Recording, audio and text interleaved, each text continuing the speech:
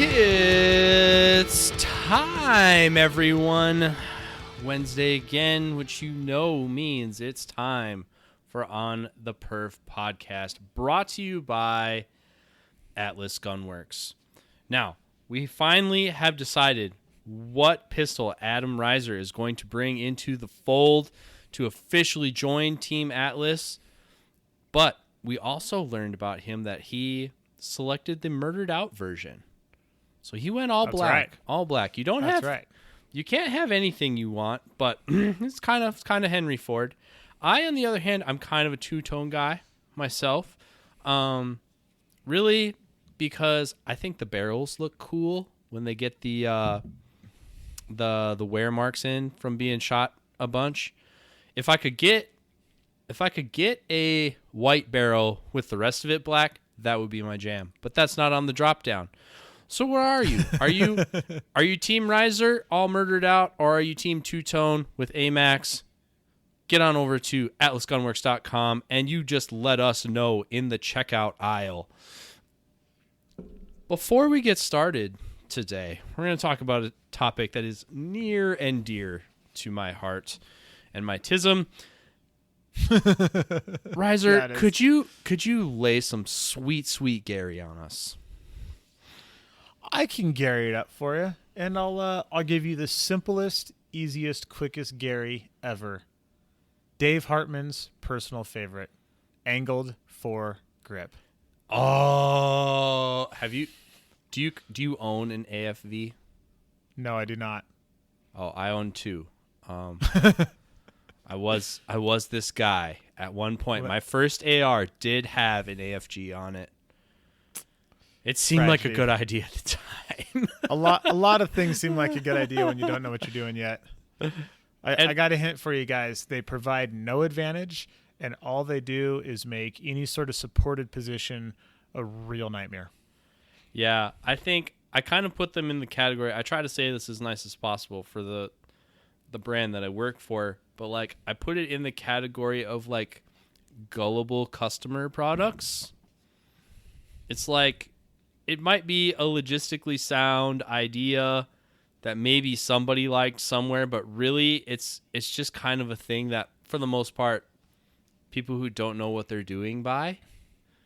But at the same time, they buy them, so people make them. But yeah, what's old is new. I feel like it's kind of making a comeback, or products like it are making a comeback. But yeah. No, especially for action shooting sports. No, never a good idea. Ever. Absolutely not. Ever. No reason. Don't do it. Dave was right. Super Gary. Yep. Shout out to our Lord and Savior, Dave Hartman. All right. What are we talking about today? All right. Today we are talking about division hopping. So I think this was on your list of topics to talk about. I probably would get accused of doing this quite a bit, but for none of the reasons that drive you bananas. So it should be an intriguing topic. But what do you got? What do you got on division hopping? Well, I think to start, there's two different things in play here. So there is a huge difference between division hopping and hiding. You know how I feel about hiding. Yes, I do. Not a fan of hiding. Division hopping, totally fine. Hiding, no. So hiding is, for example, back in the day at Rocky Mountain, the prize table used to be one giant prize table, and you finished in order of percentage relative to your division. So if you were a 88% shooter in limited, you walked before the 87% shooter in open. Make sense? Now, Daniel Horner shot TAC. This is in prime Daniel Horner pallet of ammo a year days, and he would pretty routinely put like 15% into second place. So everybody who wanted something off of that table would bail out of TAC and shoot something else because they could get a significantly higher percentage of finish in a different division. In the UML days, when there was like 9 different divisions, it was pretty common for people to roll up jump out of their normal divisions, go shoot, 2x4 tack or whatever thing had 6 people in it, and go be a quote unquote national champion. I am super not a fan of any of those things because I want competition. I love matches with like 2 divisions in it, like PCSL, so you get to shoot against basically everybody. Division hopping for the sake of shooting different stuff, totally different thing.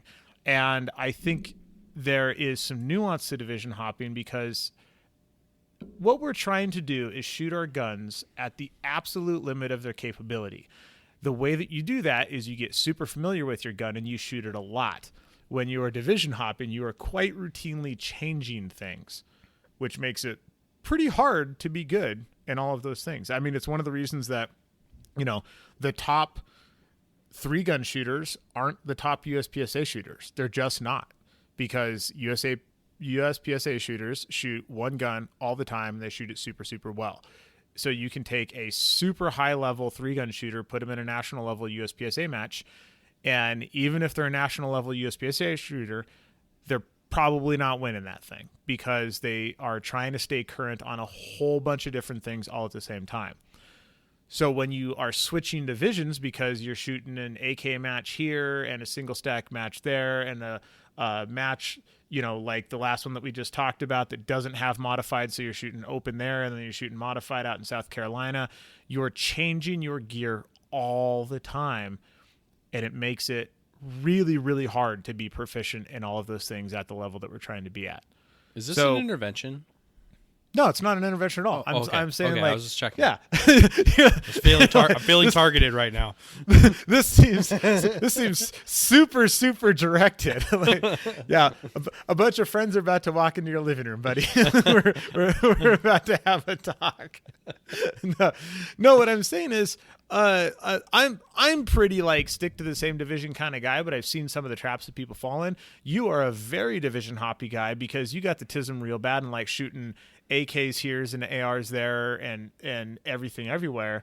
And so for the people that like, yeah. So for the people who like shooting all of these different things, I think we can give them some tips and tricks for not just showing up to every single match, practiced up for the gear from the last match, and never doing good at any of the matches. Yeah. Where do you want to start with this? Gosh, I don't know. I think it's a significantly bigger topic than it seems like. Yeah. And there's a lot of like squirrel directions you could go with it. I really like I just got asked by one of our local guys here who slid into my DMs, and he said, "Do you ever burn out?" And I was like, "No, I don't really. I started in 2007 and I've been going hard at it ever since." I would say it certainly ebbs and flows on the training side, but I have not burned out. If I'm home, I will be at our league. I will be at a weekend match if I can, and I travel to as many of the larger venue matches as my resources allow. But I don't burn out because I do kind of have the gun ADD. In that, like, if I stay on one thing too, I do shoot guns until I get sick of them. Currently, that's open guns for me. All right, like I shot open guns until I really don't care about them anymore. And then I switched. I went hard at a carry optics classifier goal for a minute. Shot that gun until I was sick of it. I didn't want to see it anymore, and it manifests itself in that, like, I'll be at a match and I'll watch somebody else shooting another division and be like, oh man, this would be a fun match to shoot in. Usually for me, it's single stack. Like, oh man, this would be fun to shoot in single stack. I like single stack. Why am I shooting carry optics again? Carry optics is kind of gay. And so that's usually how it manifests itself. And what you have to be careful of, if you care about how you perform, like if doing well is important to you, I would say you have to do it kind of strategic. So like from the outside looking in, it would look like I switch a lot. But like we have a local guy here for the local audience. His name is Doug. Okay, Doug loves to buy guns. And he likes to shoot all those guns. And any given Tuesday or any given weekend, he can show up with anything. He shoots pistols.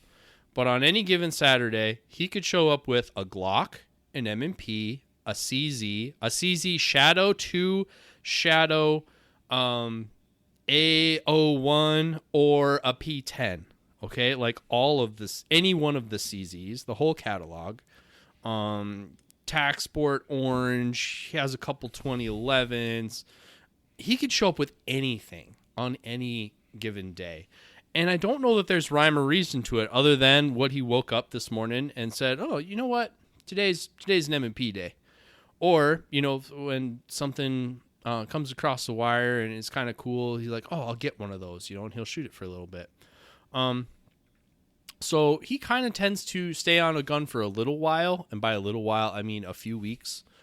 But he'll change. And at the same time, he's kind of one of those guys who gets frustrated that he's also watching his classification and it's not advancing as fast as he would want. And I told him this straight to his face, and that's why it's okay for me to say it here. But like, it's like, dude, if you really want to advance in a classification goal, you really have to pick one and stay on it for a while. Because, I mean, there is a certain amount of familiarity that you get with a gun, and not just a gun, but like the belt rig you have built around it. Because if you have different guns that you need different holsters for, I mean, those are different. The way you might position everything, you know, just like the angles and stuff, the magazines might be different. The way the magazines hit, you know, you index them in your hand could be different. So you could probably execute on like 70% of whatever your skill level is with anything.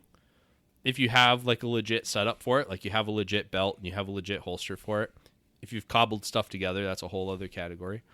But to do well, it kind of has to be stuff that you focus on. And so when I do it, I kind of do it in blocks of a season. And so like when I'm looking at it, well, let's take this season, for example.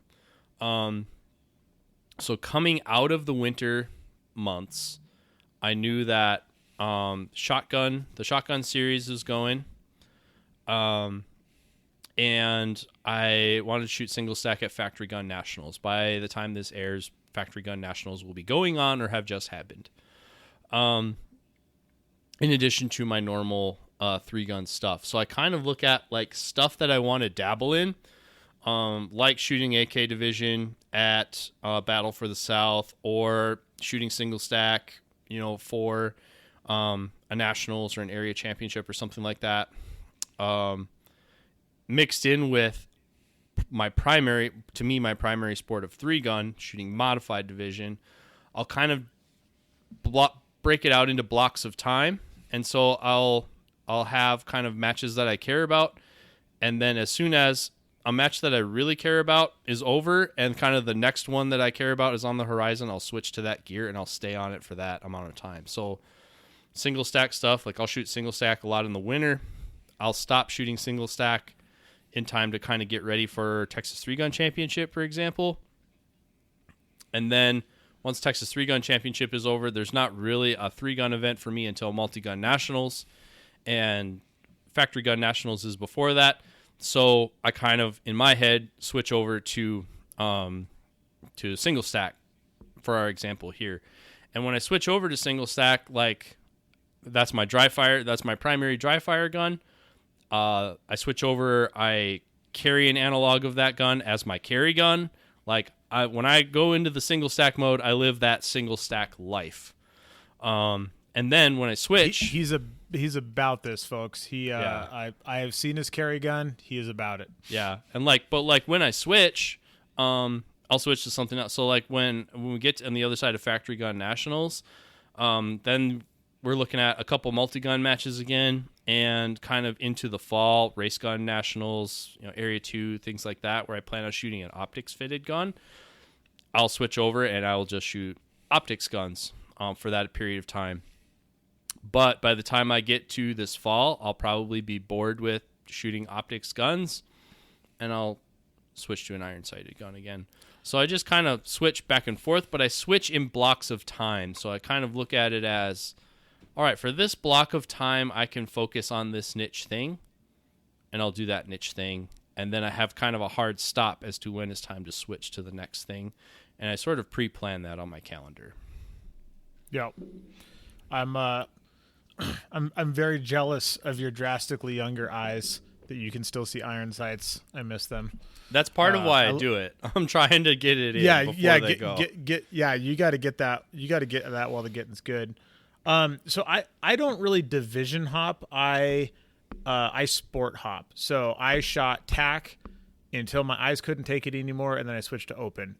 Technically, I shot limited for a few years until I could afford a scope, and then I shot tack, and then I shot open. The good ones do. So I don't really, huh? The good ones do. Yeah. Shoot limited until they shoot something else. Yeah, exactly. So then, but what I do is I sport hop. So I shoot open in 3-gun. So I'm shooting I will be shooting very shortly a ported 9mm minor pistol. I have been shooting a comped 9mm minor pistol, which of course is a terrible idea in USPSA because you get open minor from a retention holster, and that's just a recipe to get your ass kicked. But I do that pretty reasonably anyways. For the longest time, I was shooting open minor from a retention holster without a comp because I didn't even have an open pistol, but limited optics wasn't a thing. So I was shooting limited optics before limited optics was cool.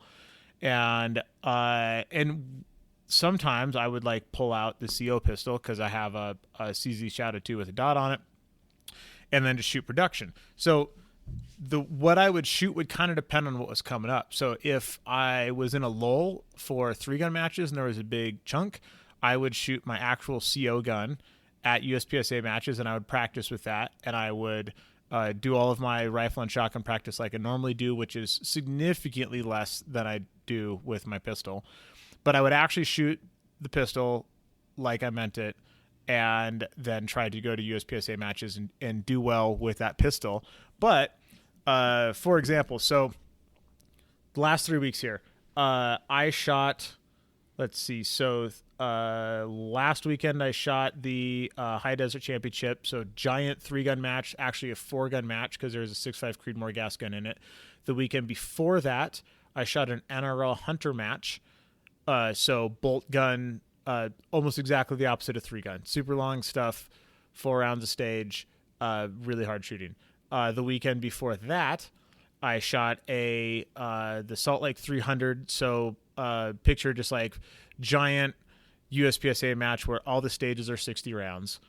Shot that on Saturday, and then I taught a rifle class on Sunday. So a lot of switching back and forth. And then I think the 2 weekends before that, had a practice session for the NRL Hunter match with my buddy Rick, where he drove down to Price and worked on some positional rifle stuff. So backing up, going to that practice session, went to the practice session for the NRL Hunter stuff, and I brought my 6.5 gas gun. So I shot a whole practice session of NRL Hunter. We're talking like a whole day on the range, and then shot a bunch of stuff with the gas gun to make sure that that was tuned up, that my dope was what I thought it was, that I felt really good behind it. I didn't have any weird quirks that were going to get me at the match. So that was my little nod towards a match that was going to happen like a month later for a gun that I shoot kind of like once or twice a year.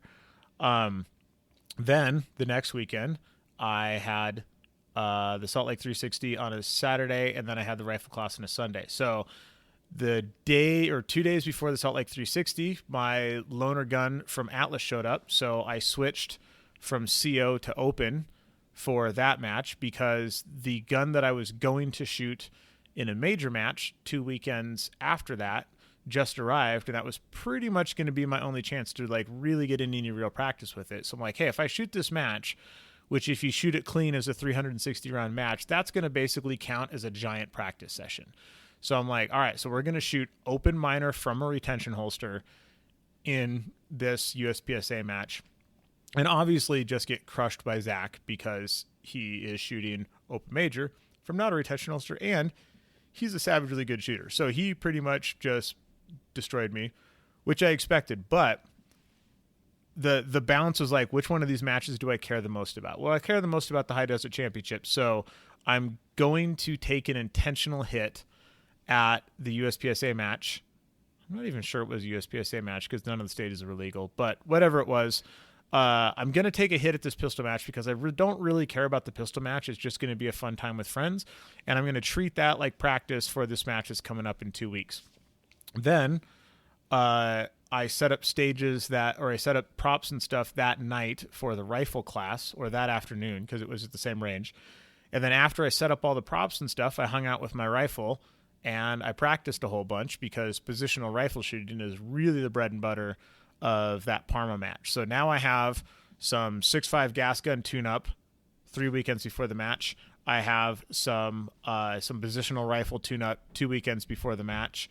I didn't shoot a lot in the class. Going back to our how to take or teaching classes episode and demoing stuff, all-day class on the range from 9 to 5, and I think I shot 30 rounds. So just enough demoing. Definitely not a class where you came to watch me practice. Not even close.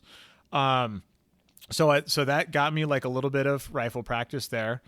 And then with the pistol, I shot the Salt Lake 360. Then I had the NRL Hunter match. That obviously wasn't practice for any of that. And then I did during the week pretty good amount of dry fire before and after the NRL Hunter match at home with the pistol and the shotgun. That led me in to the High Desert Championship. So then I showed up there, like, certainly not as tuned up on anything as I would like, but like kind of firing on 7 out of 8 cylinders on all the guns. And that was, it took a lot of pre-planning. Like I had to look ahead a lot and be like, okay, what do I have coming up? Do I have any time before this to practice? No, not really. What adjustments can I make in order to ensure that I have a reasonable amount of time behind all the guns? So everything got shot except the shotgun. I don't really do a lot of shotgun practice these days other than some dry fire in the basement just to make sure that, mounting and movement and gun transitions and reloads are all on point. But it's I bet I legit do like 2 live fire shotgun practice sessions a year. So I think that's the thing, is it's really like planning ahead is really the thing. And then, there's a couple ways to do it, like blocking it, how Maxwell does, I think is the smartest way to do it because it gives you an opportunity to like really get dialed on one platform. And like, for example, when you were trying to make GM, I am assuming that you were shooting the platform you're trying to make GM in until you made GM and then you would switch. Would that be correct? Yes. Yeah. Yes. So that's the thing. Like you just do the thing until the thing is done and then you change. You don't go back and forth when you're trying to do something like that.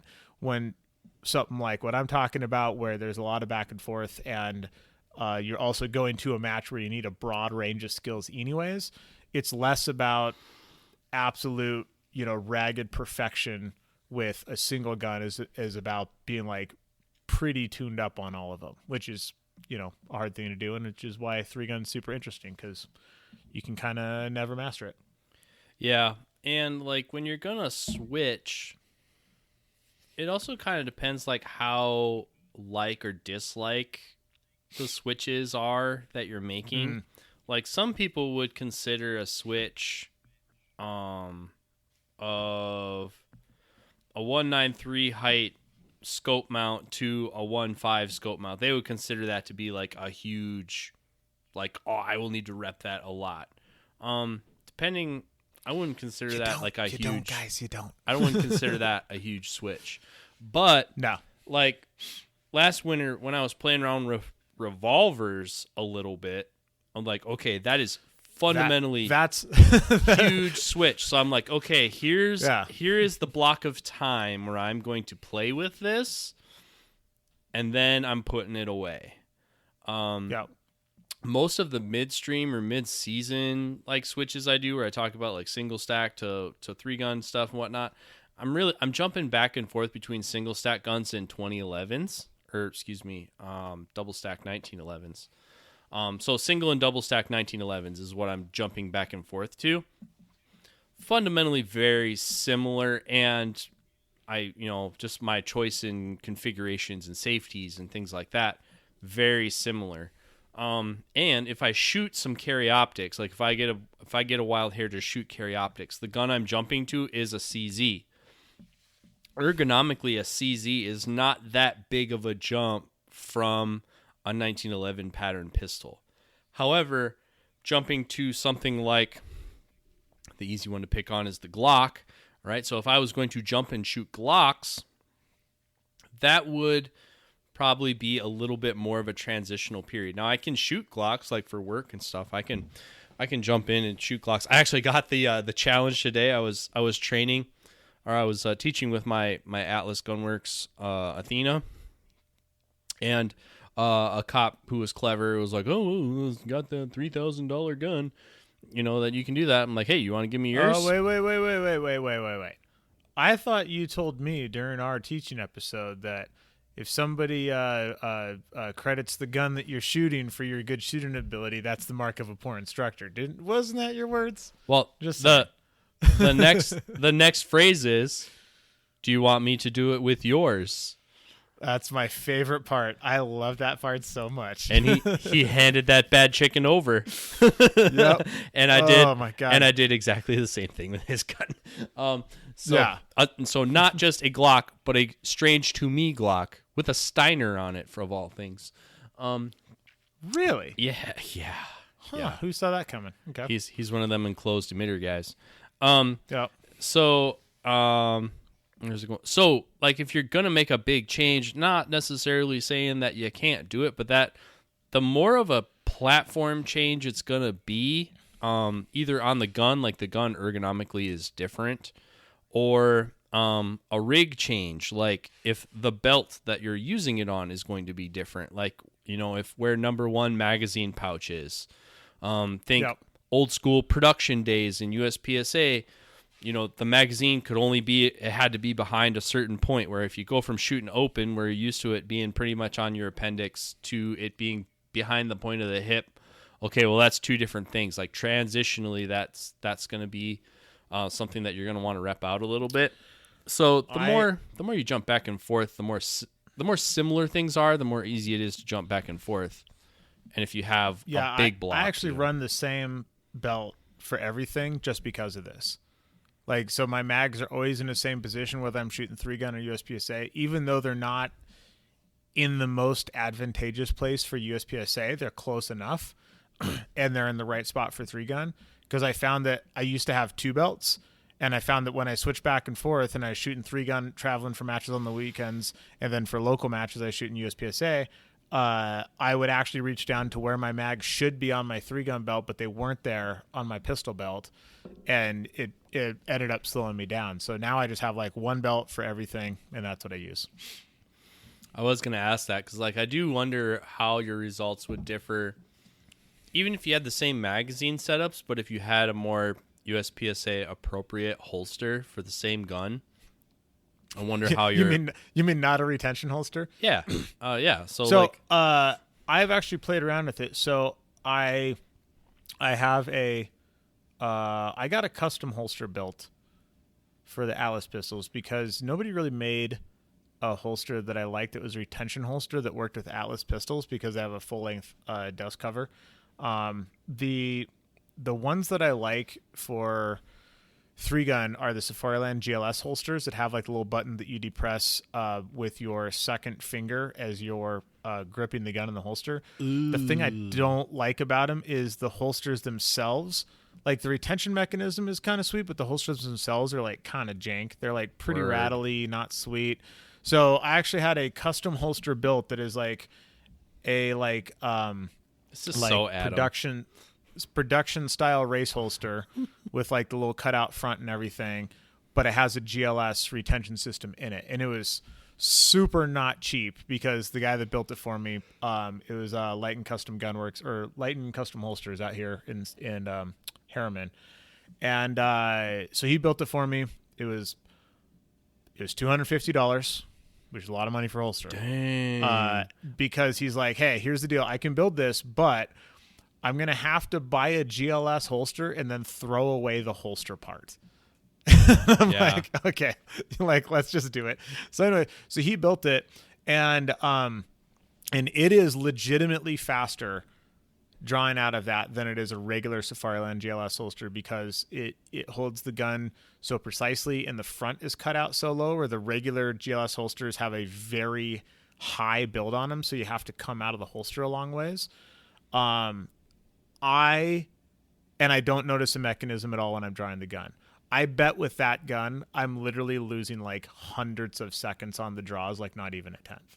I did notice with my other Safariland holster, and then I have a regular open top competition style holster with my old double stack 1911, and I found that the retention holster added a tenth, which wasn't really the problem. It was more like the way I had to grip the gun with that particular holster to defeat the mechanism. I gripped it just a little tiny bit weird. So every once in a while I would come up and my grip would not be what I wanted it to be, where on the open top it would be. So for a long time, I actually traveled to 3-gun matches with both holsters. And if a stage started with the pistol, I'd run the open top. And if it started with something else, I'd run the retention holster, just because there actually was like a real difference in the draw. With this holster I had built, I don't honestly think there is. And I can put down like comfortable sub-second draws with a very good grip coming out and be totally fine. So I would love to run that excuse, but I don't think that's it. Yeah, I found a similar thing when I was going hard with a race holster. I was using a Safariland at the time, the 015. They don't make it anymore. Yep, I got one of those hanging on the wall. And I found the same thing. Like I was maybe like a tenth faster on that holster, but I was also a higher propensity to be less consistent in how the gun came up in my hand. And we're talking fractional stuff, but like it was just like when I called the shot on the sight picture, just a little bit of inconsistency where when I went to a more conventional style pocket holster, the time it spent where you had to drag it and extract it from there also kind of laid it straight in my hand. Yep. And so for a while, like my limited holster right now is a conventional style, taco holster. I have looked at what's the new one that came out this year. There's a new race holster that like Aaron Eddings is.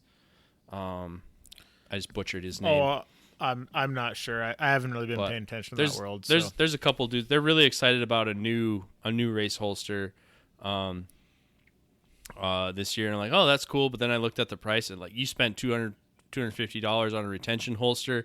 I don't know that that's outrageous in the world of race holsters. Yeah, I don't think it's that outrageous for I feel pretty good then. Yeah, like I think if you buy a legit like double alpha or something like that, like I think you're paying probably about the same, especially once you get a hanger and stuff like that.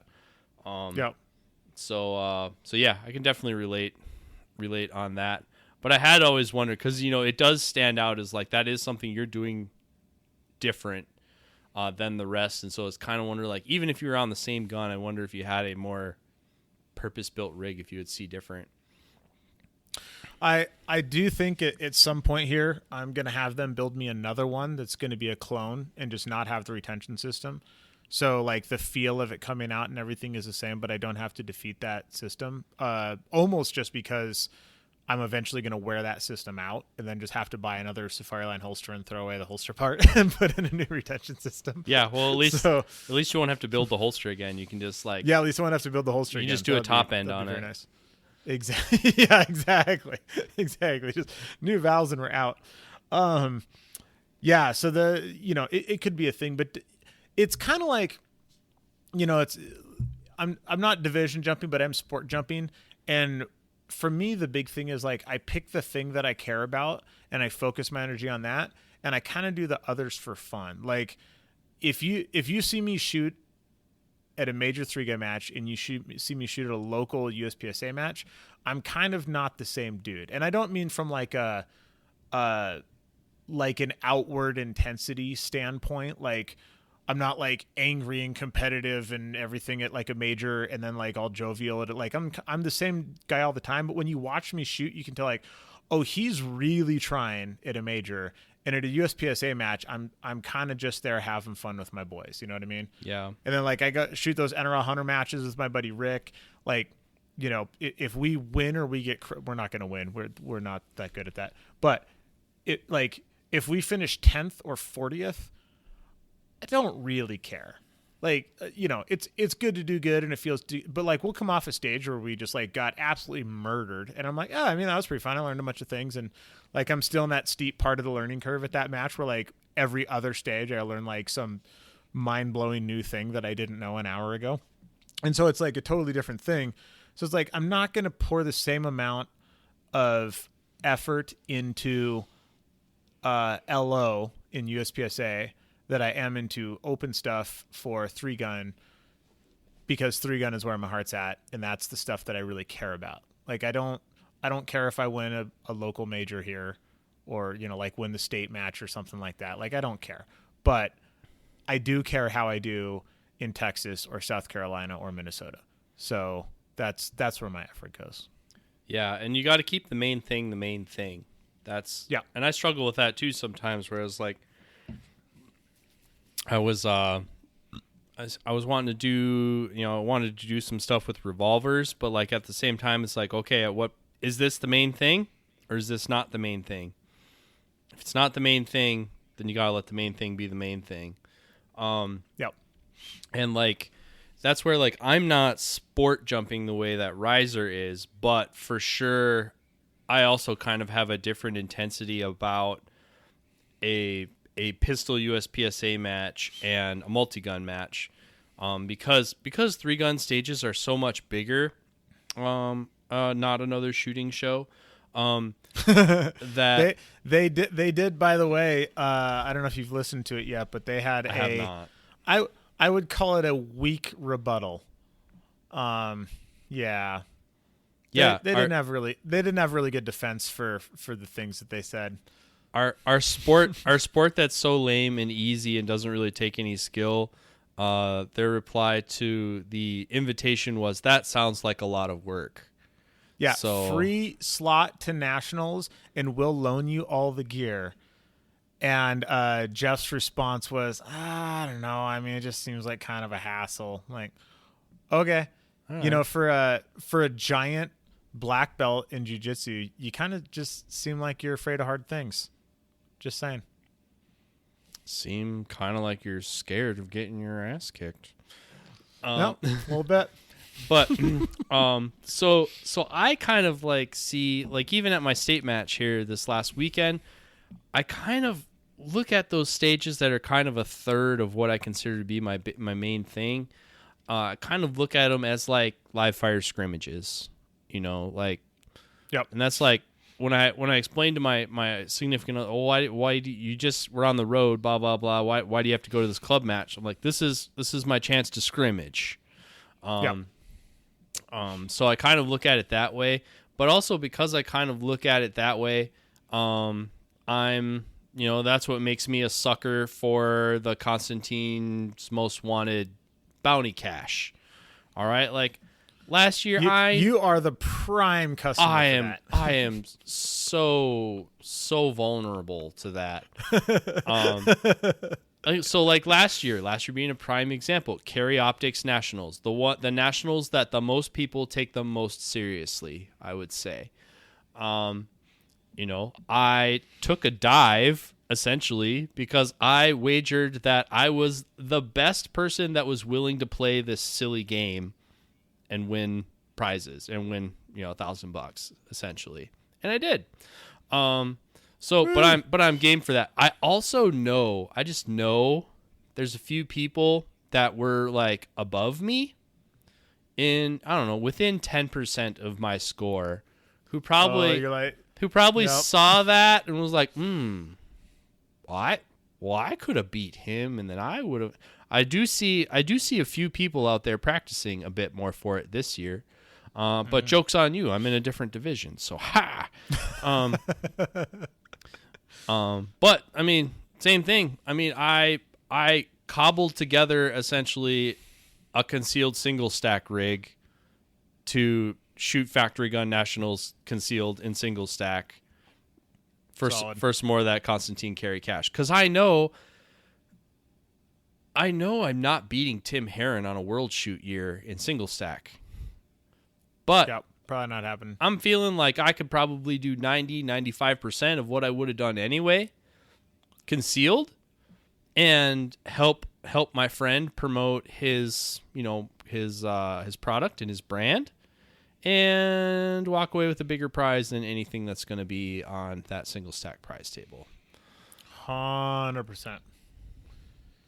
So I think maybe the toughest thing, jumping back and forth between divisions or sports or however you want to break it down, is almost the mindset change between those. And I kind of had this, like, just going from TAC to open, like all those years in TAC where it was very much like, especially with the shotgun, but, you know, also with the pistol, with, you know, mag capacity going up and things like that, where TAC is a very, like, every time you quad load the gun, 4 rounds go in. Every time you fire the gun, that round hits a target. Like, misses hurt because it leads to another quad load, and so on and so forth. So it was so weird walking onto a stage and being like, I have 9 makeup shots in the shotgun.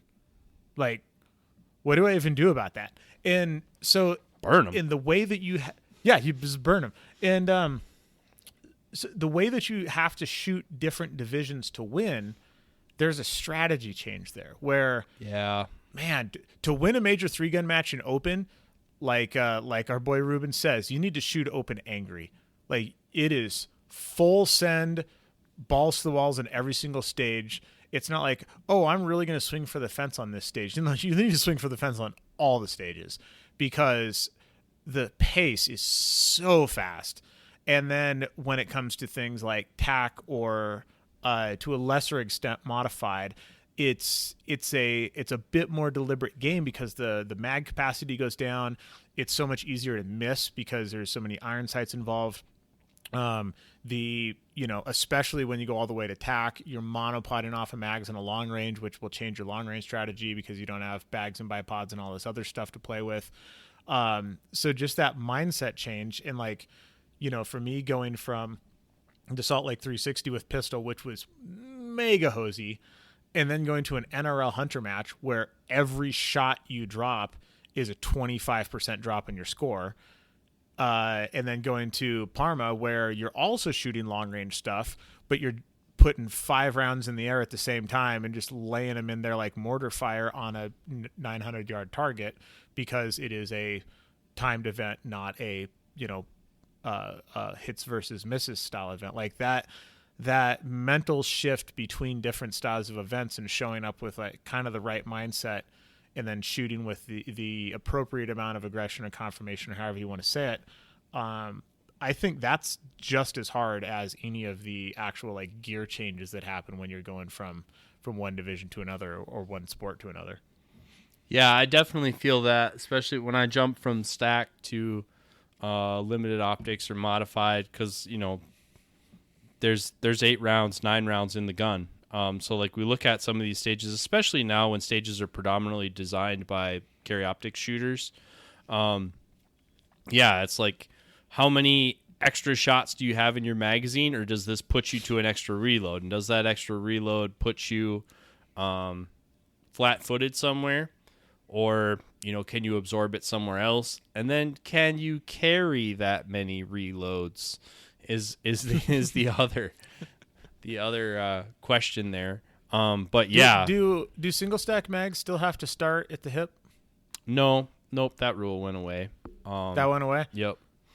For somebody who would have to have mags all the way around the other side of their body behind their pistol, I think that's a good change. Yeah. Yep. Look at J-Lease Williams. She, I don't know how she gets all the single stack mags on her to shoot single stack. Yeah, I don't either, honestly. But But yeah, like it sounds cliche that every division is its own sport, but to some extent, like really it is. Like the intensity you shoot open with versus some of the other divisions. Not that the aggression is any less, but like there's a certain amount of finesse that you need as capacity gets restricted and as reloads get more challenging to do. Like, well, and as power factor or hit factor goes down, right? So it's like open major scoring in open versus minor scoring in LO. Like, not a huge capacity disadvantage, but man, those Charlies hurt. And in open you can shoot a lot more Charlies and shoot with more aggression. So like even that, which is a very minor change, is a mindset change for sure. Oh yeah, or like in open for 3-gun, a lot of guys when box fed guns were getting popular, they would kind of joke and say, quad load, what quad load? And they would do like the one magazine. But it's like, dude, yeah, I had to do 4 quads and you did 1 box magazine change, but that just made your box magazine change 4 times more important for you to get perfect. Yeah. Like the margin for error on that 1 mag change gets way, way smaller. Whereas like in some of the other divisions, you can absorb a lot of stuff. Like I can absorb a lot of lack of athleticism in single stack just because there's so many reloads.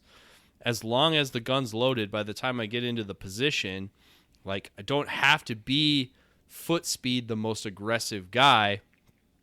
As long as the gun's ready to shoot when I get there. But if I can get there faster than I reload, the net is the same.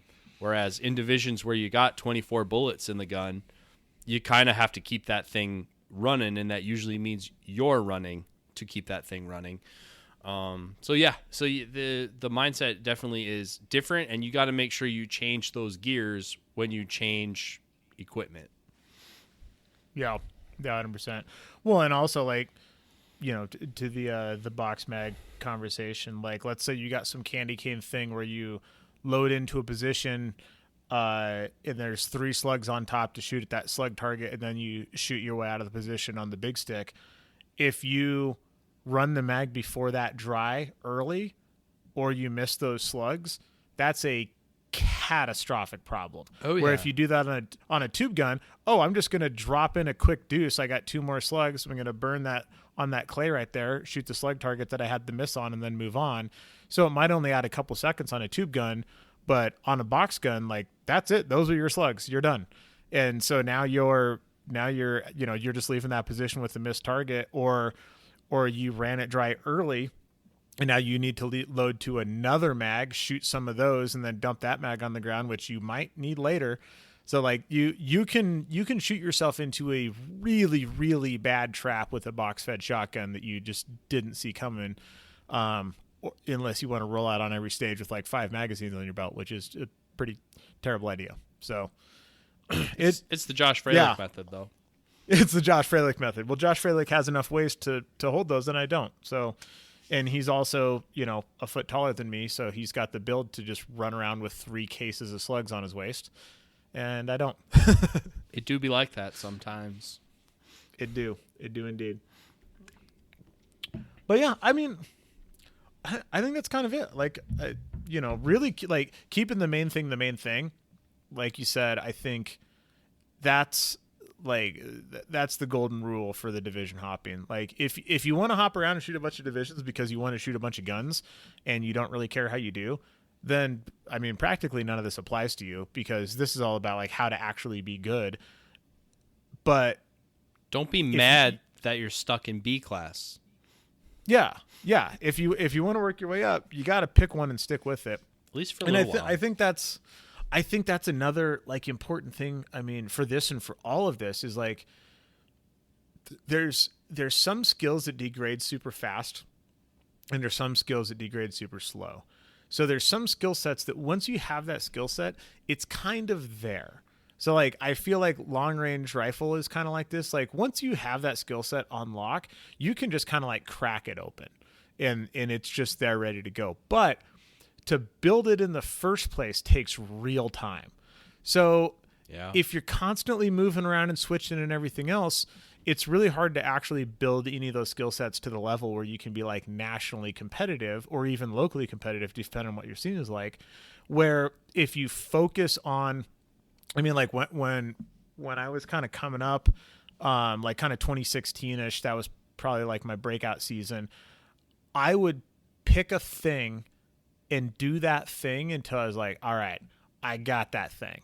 And then I would do another thing, like whatever it was. Like, you know, it was quad loading, and then it was, you know, pistol reloads, and then it was draws, and then it was long range, and then it was positional stuff. And like, you know, those aren't actually the orders everything went in, but I would pick a thing and I would work on the thing until I'm like, all right, that thing is good enough that I can brush it off at any time, and it's going to be 90% at least. Where if you're just constantly switching from thing to thing, like, oh, every practice session is some pistol reloads and some movement and some position entries and some shotgun loading, man, you're not going to get good at any of those things. Like, you need to just pick a thing and practice it. So I feel like the farther you are in your shooting career and the more you have those skill sets on lock, the more you can jump around without a really big hit to you know, to your scores in any one spot. So like when I you know, I switched to open in 2002, I didn't quad load until this year. When I started quad loading for the World Shoot qualifier stuff, 2022. Okay. Sorry, my bad. I haven't touched it for 20 years, son. Yeah, so I didn't quad load at all for, you know, like 3.5 years. And then I busted it out, and it was rusty. I mean, I bet it was a month of every day I was in the basement for not a crazy amount of time, you know, 20 minutes, something like that. Maybe like some 10-minute to a days, whatever it was. But I was down in the basement quad loading every day for a month. And then like I got it back, and then it was there. And then I didn't need to touch it again. I could just come down and like, yep, can I still do it? Yep, okay, cool, it's still there. And so I left it alone for all that time. When I initially learned how to quad load, it took me like a whole season before I had like what looked like a good quad load. Yeah. So I could come back to where I was when I left off in 2 weeks. And then I was like, okay, now we're shooting IPSC shotgun where your load time might be 60% of your stage time. So these things need to be super on point. So I went from a 3-gun quad load standard from nothing to, you know, to 2 weeks of practice. I was back to there. And then I was like, okay, now I need to turn this into like every quad is sub 2 seconds no matter what. And that took me another 2 weeks to like, you know, kind of turn it up to 11. And then it was just there. So, but I had that skill to start, right? Like I could get back to like what's a match-winning 3-gun quad load pretty damn fast because that skill was in the toolbox. I just had to like pull that thing out, brush off the dust a little bit, maybe shine it up, and then I was good to go. Long range shooting, that can sit in the toolbox all year, and I can just show up at a match and do it. I don't really practice long range shooting anymore. I have that skill. It's on lock. I know what it feels like. I can just show up and do it. Pistol stuff, I practice pistol stuff a lot because it falls off super quick. So I think that's the thing. It's like find the thing that's going to be the thing, whatever your sport, whatever your division, work on that until it is just on lock, and then start branching out, checking out other stuff, trying other divisions, trying other sports. So when you go back to it, you can just like brush it off really quick and go do well. Right on, man. Well, that I think encompasses the topic of division hopping for today. Division hop with caution. If you're going to do it, we're not saying don't do it, but just have your eyes open when you're going to do it. If you have an idea for a topic, please hit us up on the perfpodcast at gmail.com. We love to get your questions in, and it keeps our ideas a little bit fresher, maybe unlocks a few that we thought we didn't know we had. And you all just keep those overlay cards handy. Because this is on the perf. And we'll see you next time.